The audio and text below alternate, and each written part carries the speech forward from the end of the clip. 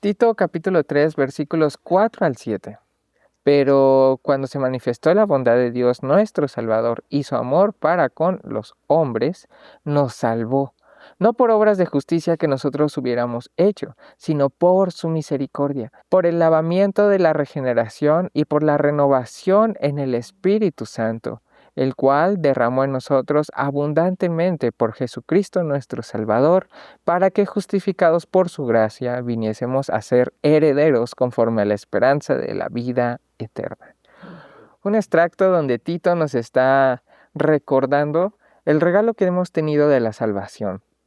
Este regalo que no es por nuestras obras, no es por qué tan buenos seamos, sino es un regalo que Dios nos da y que ya ha pagado un precio enorme, un precio que es su Hijo unigénito en la cruz. Ese precio lo pagó no con pesadez, no con lástima, sino por amor a cada uno de nosotros, por amor aquí a nuestro hermano Javier, a nuestra hermana Teresa, a nuestra hermana Betty y cada uno de los que estamos aquí conectados. Así que Dios les bendiga. Hoy es el episodio número 25 y vamos a iniciar con la lectura de Lucas capítulo 19. Habiendo entrado Jesús en Jericó, iba pasando por la ciudad y sucedió que un varón llamado Zaqueo, que era jefe de los publicanos y rico, procuraba ver quién era Jesús, pero no podía a causa de la multitud, pues era pequeño de estatura. Y corriendo adelante subió a un árbol sicómoro para verle, porque había de pasar por ahí. Cuando Jesús llegó a aquel lugar, mirando hacia arriba, le vio y le dijo: Zaqueo, date prisa, desciende porque hoy es necesario que pose yo en tu casa. Entonces él descendió a prisa y le recibió gozoso. Al ver esto, todos murmuraban, diciendo que había entrado a posar con un hombre pecador. Entonces Zaqueo, puesto en pie, dijo al Señor: He aquí, Señor, la mitad de mis bienes doy a los pobres, y si en algo he defraudado a alguno, se lo devuelvo cuadruplicado. Jesús le dijo: Hoy ha venido la salvación a esta casa, por cuanto él también es hijo de Abraham. Porque el Hijo del Hombre vino a buscar y a salvar lo que se había perdido.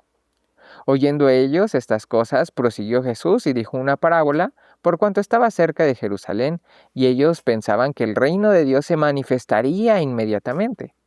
Dijo pues: Un hombre noble se fue a un país lejano para recibir un reino y volver. Y llamando a 10 siervos suyos, les dio 10 minas y les dijo: Negociad entre tanto que vengo. Pero sus conciudadanos le aborrecían y enviaron tras él una embajada, diciendo: No queremos que éste reine sobre nosotros. Aconteció que, vuelto él, después de recibir el reino, mandó llamar ante él a aquellos siervos a los cuales había dado el dinero para saber lo que había negociado cada uno. Vino el primero diciendo: Señor, tu mina ha ganado 10 minas. Él le dijo: Está bien, buen siervo. Por cuanto en lo poco has sido fiel, tendrás autoridad sobre 10 ciudades. Vino otro diciendo: Señor, tu mina ha producido 5 minas. Y también a este dijo: Tú también sé sobre 5 ciudades.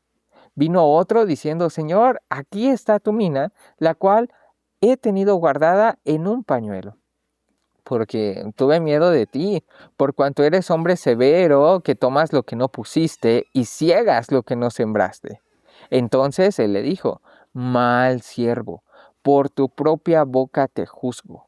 ¿Sabías que yo era hombre severo, que tomo lo que no puse y que ciego lo que no sembré? ¿Por qué pues no pusiste mi dinero en el banco para que al volver yo lo hubiera recibido con los intereses?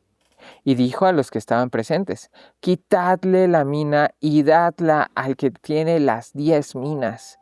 Ellos le dijeron: Señor, tiene 10 minas. Pues yo os digo que a todo el que tiene se le dará más. Mas al que no tiene, aún lo que tiene se le quitará.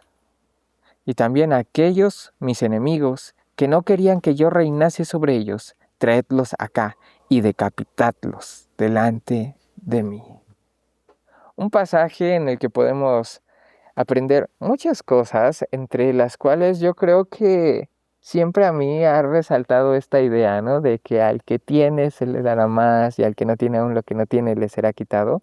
Y me parece realmente extraño, puesto que es raro, ¿no? O sea, ¿cómo que a alguien que no tiene se le va a ser quitado y al que tiene se le dará más? Pero estamos viendo que este mensaje tiene bastante lógica. Y cuando empezamos a indagar más y a ver cuestiones de la vida, donde esto se relaciona, entendemos que esto es cotidiano y sí, pasa. Y podríamos decirlo que es normal que suceda, puesto que es normal que nosotros veamos, por ejemplo, a una persona que le gusta mucho despilfarrar el dinero y pedir préstamos y luego ya no puede pagar y luego pide otro préstamo y cosas por el estilo. Y ahí podríamos ver al que no tiene, al que está pidiendo prestado, aún lo que no tiene se le es quitado. ¿Por qué? Porque llegan intereses, llegan más deudas, llegan cosas por el estilo. Y si nos vamos al extremo opuesto, una persona que se dedica a actuar sabiamente con su dinero, ahorrar, invertir, ver dónde puede generar, qué negocios puede hacer, cómo puede prosperar lo que tiene, pues al que tiene y le está yendo bien, aún lo que tiene se le dará más. Entonces ya vemos que esto no es así como un acto de maldad, como de ver a un Dios malo que les quita las cosas a los que no, sino al contrario, que estamos viendo que es parte de esa justicia. Es un Dios que está actuando de una manera justa y prácticamente podríamos decir que es una de las leyes que ha establecido aquí en la vida. Y también vemos que hay una parábola de un señor que entrega minas. Y este es un tema recurrente que explica a nuestro Señor Jesucristo, por esto que hemos visto de los talentos y cosas por el estilo. Y bueno, a mí me gustaría aterrizar esta idea de una manera diferente. No precisamente en lo que Dios nos ha dado a cada uno de nosotros. Generalmente siempre se da como esa aplicación. Y el día de hoy me gustaría que lo enfocáramos a las personas. A las personas y que las viéramos como talentos a trabajar. Dios ha puesto personas a nuestro alcance. Y lo podemos ver así, ¿no? Talentos a nuestro alcance. Nos ha dado personas con las cuales convivimos, personas a las cuales le podemos vender algo, comprar algo, hablar en general, incluso disfrutar una bonita amistad. Y esas personas, ¿qué hemos hecho con ellas? Ay Dios, como dijo este último, ¿no? Yo tuve miedo y yo no le dije nada de ti. O decir, mira, yo conocí a estas personas y les hablé, y no solo a estas personas les hablé, sino aún a otras más. Y ya no solo tengo 5 personas con las cuales hablo, sino ahora otras 5 más. Entonces es otra forma de ver esta historia donde se nos está aterrizando la idea de decir, Dios ha puesto a nuestro alcance no solo talentos, sino también personas que necesitan escuchar la palabra de Dios. Y si tenemos miedo de expresarles una palabra, de decirles algo, simplemente con que demos un paso de orar por ellos en nuestro tiempo de oración, créanme que ya estamos avanzando demasiado. Una frase muy importante y bonita ahí en los primeros versículos de este evangelio, porque el Hijo del Hombre vino a buscar y a salvar lo que se había perdido. Y aquel pequeñito bajo de estatura Zaqueo dice que quería ver a Jesús y buscó un árbol y se subió. Interesante que dice, no tan solo quería que Jesús lo viera a él, sino él decía, yo quiero ver a Jesús. Entre la multitud era pues imposible que Jesús lo viera, pero él quería ver a Jesús. ¿Y cuál es la sorpresa para él? Que a un pequeñito y trepado ahí en el sicómoro, que lo ve Jesús. Y ahí podemos aprender que Dios siempre está atento a nosotros y que cuando menos creemos que nos ve, Él nos mira, Él nos oye y Él sabe y conoce nuestro corazón y nuestra necesidad. Zaqueo tenía la necesidad de que lo viera. Sin embargo, no tan solo Zaqueo vio a Jesús, sino Jesús vio a Zaqueo. Y se dirige a él de una manera tan importante porque le dice, Zaqueo, y oye su nombre, hagan de cuenta que ustedes le dijeran, Betty, Javier, Lucía, Teresa, David, Lulú, o sea, por tu nombre, ay, es impresionante, ¿no? Y Zaqueo dice, ay, me está hablando a mí. Zaqueo, bájate de ese árbol, ven, porque yo voy a ir a tu casa. Y ahí cuando voy a ir a tu casa es cuando llega a nuestra vida, a nuestro corazón. Y cuando llegó al corazón y a la vida, a la casa de Zaqueo, dice ahí la escritura, que vino un cambio radical en la vida de Zaqueo. Y dice, como ya tuvo el encuentro con Jesús, dijo, voy a ser una buena persona de ahora en adelante. Si he defraudado a alguien, le voy a regresar 4 veces más lo que he defraudado. Lo importante que podemos ver y notar en este pasaje es que cuando Jesús llega a las vidas de las personas, va a haber un cambio radical y va a haber bendición. En cuanto a las siguientes parábolas o los pasajes que vimos que ya ahorita explicó Abdiel, o sea, todo va relacionado. Y es algo muy hermoso que él dice, él vino a buscarte a ti, a buscarme a mí, a buscar a la humanidad y salvarnos. Pues vamos a continuar con la historia de Génesis, ahora con el capítulo 32, donde hemos estado hablando acerca de Jacob y que ahora ha tomado la decisión de obedecer a Dios y regresar a la tierra de su padre, pero se va a encontrar con muchos retos, ¿no? Bien. Vamos ahí a Génesis, capítulo 32. Dice la palabra de Dios así: Jacob siguió su camino y le salieron al encuentro ángeles de Dios. Y dijo Jacob cuando los vio, campamento de Dios es este.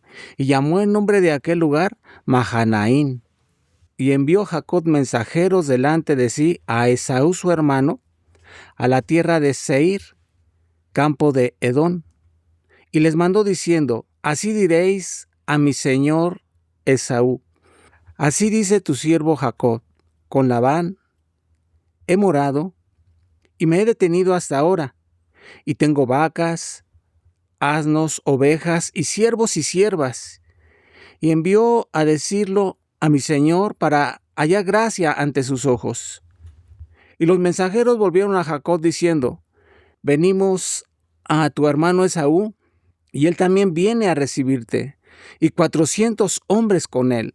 Entonces Jacob tuvo gran temor, y se angustió, y distribuyó el pueblo que tenía consigo, y las ovejas, y las vacas, y los camellos, en 2 campamentos, y dijo, si viene Esaú contra un campamento y lo ataca, el otro campamento escapará. Y dijo Jacob, Dios de mi padre Abraham, y Dios de mi padre Isaac, Jehová, que me dijiste, vuélvete a tu tierra y a tu parentela, y yo te haré bien. Menor soy que todas las misericordias y que toda la verdad que has usado para con tu siervo. Pues con mi cayado pasé este Jordán y ahora estoy sobre 2 campamentos. Líbrame ahora de la mano de mi hermano, de la mano de Esaú, porque le temo. No venga acaso y me hiera la madre con los hijos. Y tú has dicho, yo te haré bien, y tu descendencia será como la arena del mar, que no se puede contar por la multitud. Y durmió allí aquella noche, y tomó de lo que le vino a la mano un presente para su hermano Esaú: 200 cabras y 20 machos cabríos, 200 ovejas y 20 carneros, 30 camellas paridas con sus crías, 40 vacas y 10 novillos, 20 asnas y 10 borricos, y lo entregó a sus siervos, cada manada de por sí, y dijo a sus siervos, pasad delante de mí, y poned espacio entre manada y manada. Y mandó al primero, diciendo, si Esaú mi hermano te encontrare, y te preguntare, diciendo, ¿de quién eres y a dónde vas? ¿Y para quién es esto que llevas delante de ti? Entonces dirás, es un presente de tu siervo Jacob, que envía a mi señor Esaú, y aquí también él viene tras nosotros.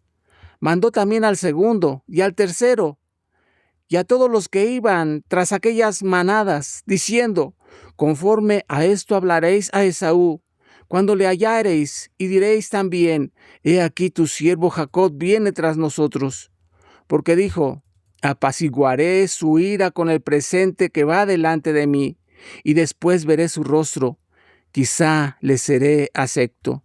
Pasó pues el presente delante de él, y él durmió aquella noche en el campamento. Jacob lucha con el ángel en Peniel, y se levantó aquella noche, y tomó sus 2 mujeres, y sus 2 siervas, y sus 11 hijos, y pasó el vado de Jacob, los tomó, pues, e hizo pasar el arroyo a ellos, y a todo lo que tenía. Así se quedó Jacob solo, y luchó con un varón hasta que rayaba el alba. Y cuando el varón vio que no podía con él, tocó en el sitio del encaje de su muslo, y le descoyuntó el muslo de Jacob mientras con él luchaba, y dijo, déjame, porque raya el alba. Y Jacob le respondió, no te dejaré si no me bendices. Y el varón le dijo, ¿cuál es tu nombre? Y él respondió, Jacob. Y el varón le dijo, no se dirá más tu nombre Jacob, sino Israel, porque has luchado con Dios y con los hombres, y has vencido. Entonces Jacob le preguntó y dijo, declárame ahora tu nombre. Y el varón respondió, ¿por qué me preguntas por mi nombre? Y lo bendijo allí. Y llamó Jacob el nombre de aquel lugar Peniel, porque dijo, vi a Dios cara a cara, y fue librada mi alma. Y cuando había pasado Peniel, le salió el sol, y cojeaba de su cadera. Por esto no comen los hijos de Israel hasta hoy día el tendón que se contrajo, el cual está en el encaje del muslo, porque tocó a Jacob este sitio de su muslo en el tendón que se contrajo. Podemos ver aquí un cambio nuevamente en la vida de Jacob y su familia, debido a todo el engaño que había hecho a lo largo de su vida. Desde que engaña a Esaú, desde que engaña a su mismo padre, y prácticamente a Labán también lo engaña. Entonces, a lo largo de los años de su vida, estuvo engañando. Y puedo ver yo que ahí tiene un encuentro precisamente con nuestro Señor Jesucristo. Cuando lucha con Él en forma de ese varón que viene de parte de Dios. Y aquí podemos ver, por una parte, el lado físico, de ser tramposo, de engañar, de huir, de enfrentar diferentes situaciones en su vida, hasta llegar al encuentro precisamente con Dios. Y vemos que lucha, que se esfuerza, que se esmera, y ahí podemos ver también ese cambio que experimenta Jacob a través de ese encuentro, y empieza a luchar con el mismo Señor Jesucristo, y nuestro Señor Jesucristo permite que Él sea vencedor. Y cuando Él es vencedor, o cuando nosotros somos vencedores a través de nuestra fe, a través de esa constancia que tenemos, porque Él tenía miedo de su hermano, y Él habla precisamente con Dios y dice, es que tú me estás mandando con él, es que tú me estás diciendo que regrese a mi familia, y qué va a pasar, en cierta forma lo comenta él, ¿no? Muchas veces también nosotros nos encontramos en un punto de, bueno, ya hice lo malo, bueno, ya pequé, bueno, ya llego al punto, ¿qué voy a hacer?